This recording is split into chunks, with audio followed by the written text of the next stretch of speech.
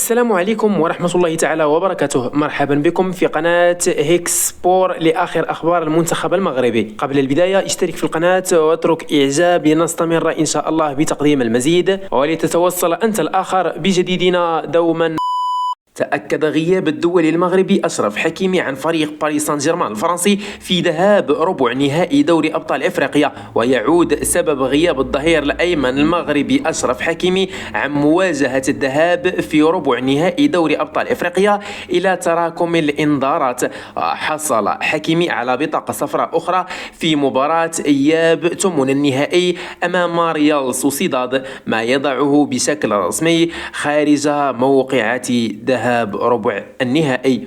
ويعتبر حكيمي من الركائز الأساسية التي يعتمد عليها المدرب الإسباني لويس إنريكي في التنشيط الهجومي، خاصة حيث أنه يشكل ثنائية منسجمة مع الفرنسي عثمان ديمبلي في الرواق الأيمن. ونجح الفريق الفرنسي في اجتياز عقبة ريال سوسيداد بانتصار عليه في مجموع المباراتين الذهاب والإياب بأربع أهداف مقابل واحد.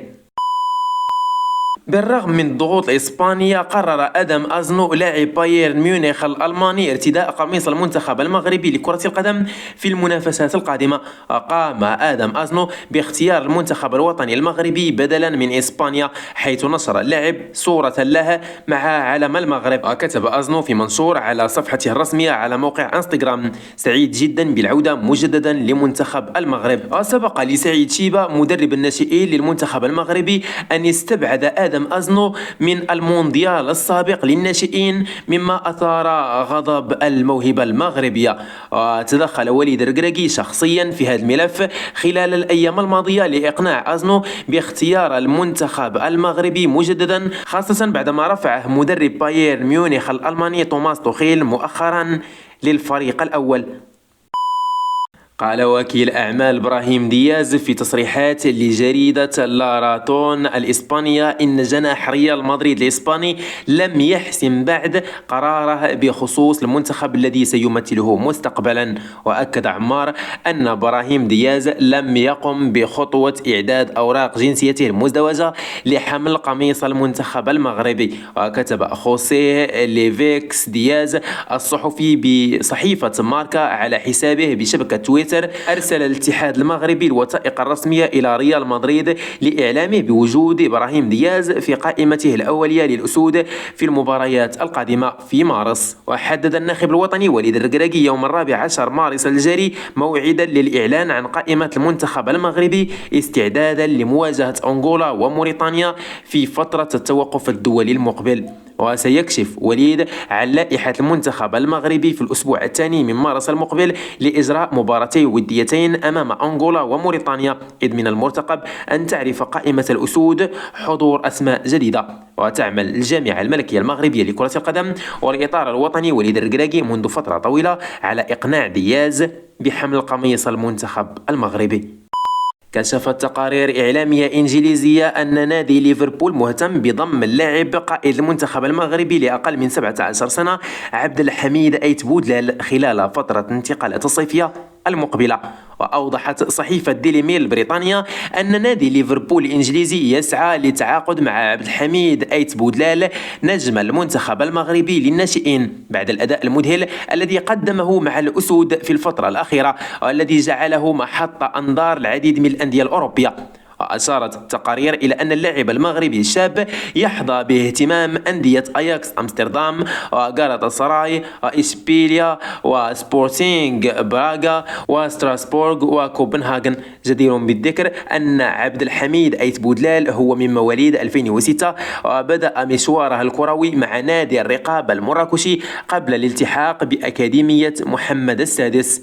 ويلعب عبد الحميد أيت بودلال في مركز المدافع الأوسط، حيث سجل 3 أهداف في 10 مباريات دولية مع المنتخب المغربي تحت 17 سنة.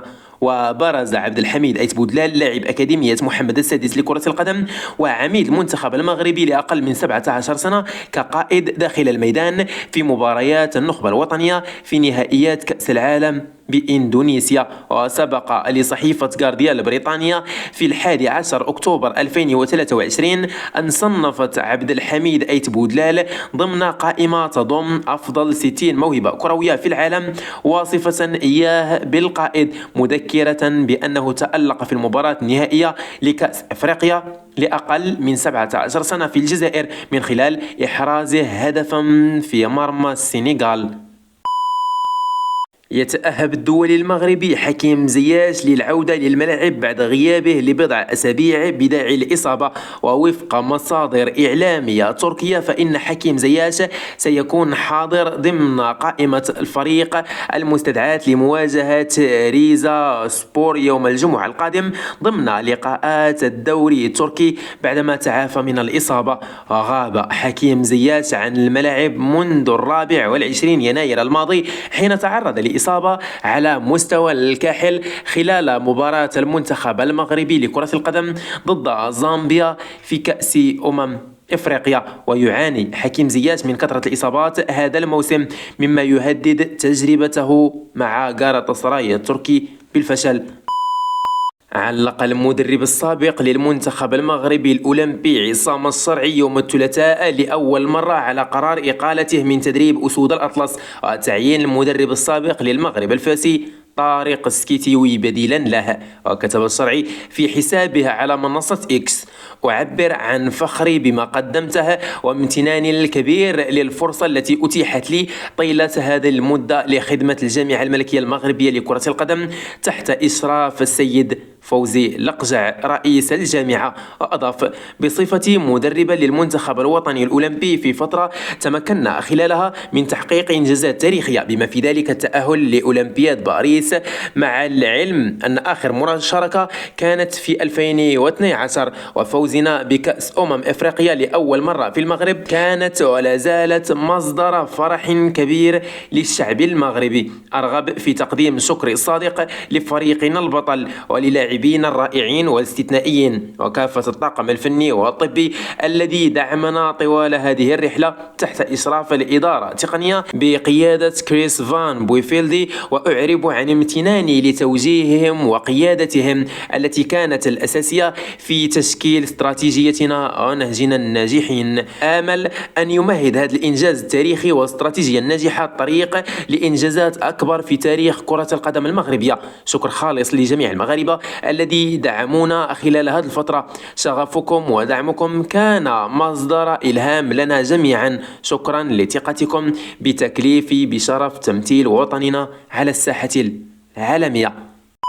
يتجه وليد الركراكي مدرب المنتخب المغربي لإجراء بعض التعديلات على القائمة النهائية المستدعاة لوديتي أنغولا وموريتانيا في 22 و 26 مارس الحالي على ملعب أكادير في إطار الاستعدادات لتصفيات الإفريقية المؤهلة لبطولة كأس العالم التي تستضيفها أمريكا وكندا والمكسيك في 2026.